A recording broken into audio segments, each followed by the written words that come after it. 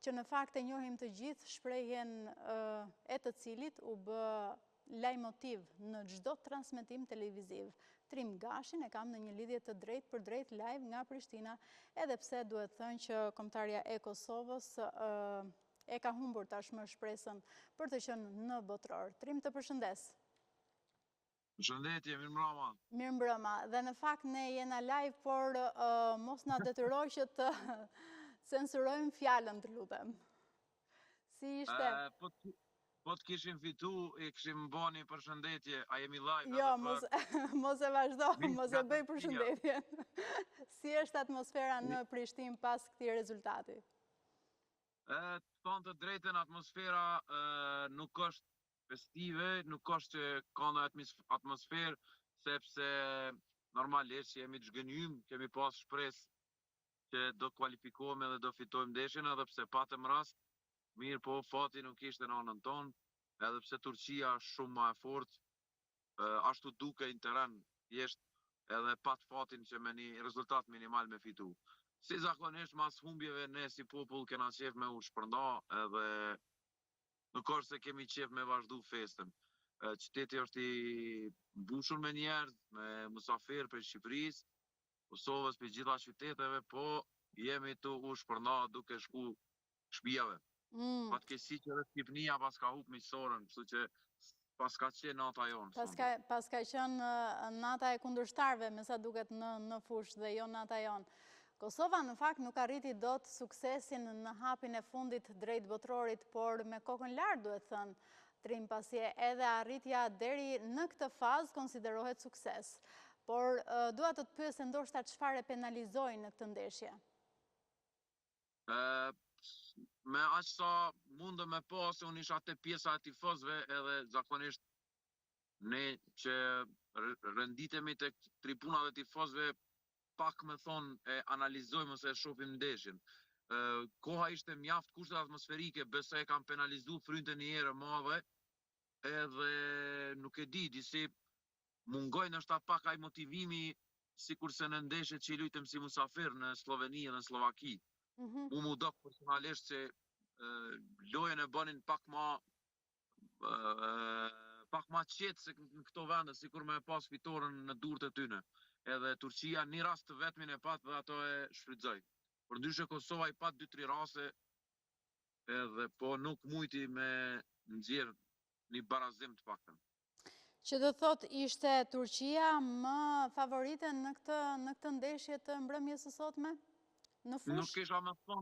Nuk kisha me thonë me favorite, nuk ka dominu as Turqia, ndeshja disi luaj tek të dyja taborës, dy anë të fushës, sikur një pjesë në anën e Turqisë, një pjesë në anën e Kosovës, nuk muj me thonë që e kanë dominu kështu bindshëm, shifet edhe rezultat minimal kanë fitu, nuk patën mua as shanse tjera, as nuk ka qenë favorit para ndeshjes. Mirë, po fati ishte në duart të tyre se e ditën me shfrytzuat shansi ju dha. Për fat keq ose për ndryshim prej çunave të Kosovës. Dhe Kosova është një ekip relativisht i ri, a mendon se ka lojtarë që ndoshta në kompeticionet e ardhshme mund ta shohim edhe në finalen e Europianit?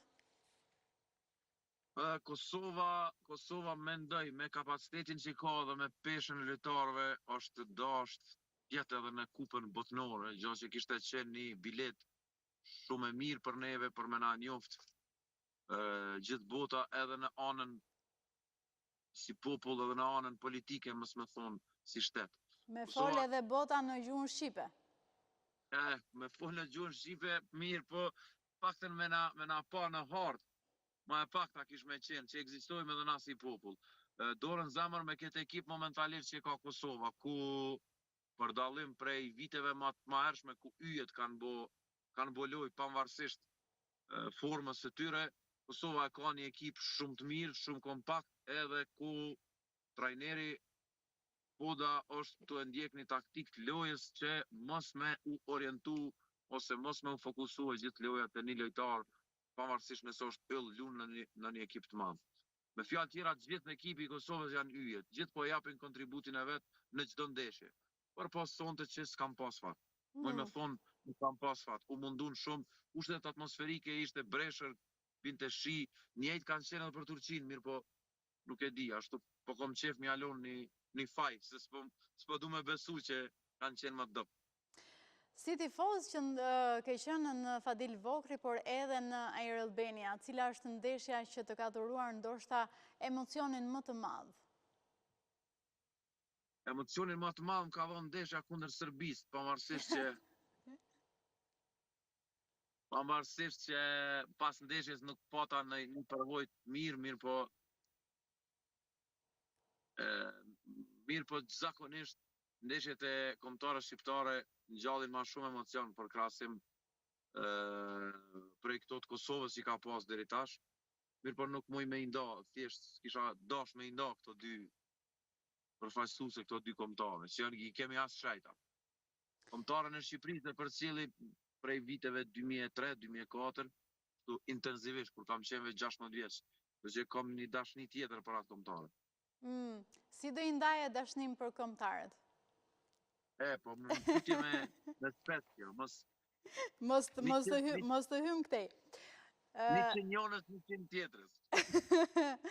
Trim, në fakt, a mendon se ndoshta ose a beson që presioni që kishin lojtarët e kombëtarës së Kosovës nuk i favorizoi ky presioni, ky emocioni i madh për të prekur atë ëndrrën në botror? Unë personalisht nuk jam tifoz dhe klasifikoj veten si tifoz, nuk jam ndaj kështu statistik, faktikisht nuk jam ndaj strateg i futbollit, mirë po unë besoj që lojtarët e Kosovës janë të shkarkuar për atij emocioni. Për dallim prej lojtarëve që luajnë në ngjyrat kuqezi.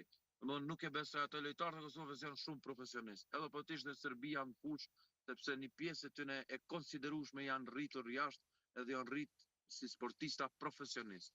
Edhe shiqojnë rezultatin edhe me dhon maksimumin në fushë. Domthonë janë ma të shkarkuar prej emocionit edhe prej ngarkesave. Këto s'kisha me thonë. Thjesht si ishte fati në anën e tyre, ishte një lojë që si me thonë barabart, ndoshta përvoja më e madhe e lojtarëve të Turqisë e boni që me fitu me rezultat minimal. Nuk kisha me i pajsu në asnjë aspekt çunat e Kosovës se kanë bo më të mirën të mundshme. Ndoshta do veçoje ndonjë prej lojtarëve të kombëtares në fushë që ndoshta edhe Fisnika Aslanin e kam favorit edhe të vetmin shans më të përafërt 100% e pat Fisniku. Ai djalë është vetëm 22 vjeç, është një lojtar mjaft premtues, është një super talent, është një sikurse me rregullu kështu me sigur me mbaru me AI. Për shkak se pati rastin që goditi shtyllën, apo është gjithmonë Fisniku? Ja, për shkak se ka dhënë gol Sloveni, ka dhënë gol Slovaki. Ku janë shanset, ku janë gollat, është gjithmonë edhe Fisniku aty. Nuk dim, pëlqen si lojtar, kështu është djali i mbar, i thojmë ne.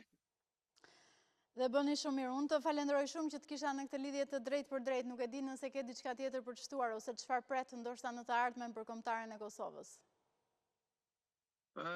Nuk kisha pas me shtu, faleminderit edhe për juve, që po më jepni hapësinë në media. Në të ardhmen kisha prit prej të dy kombëtarëve më bë një.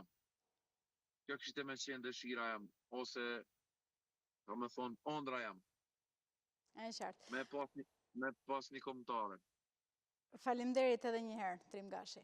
Faleminderit, natën e mirë. Natën e mirë.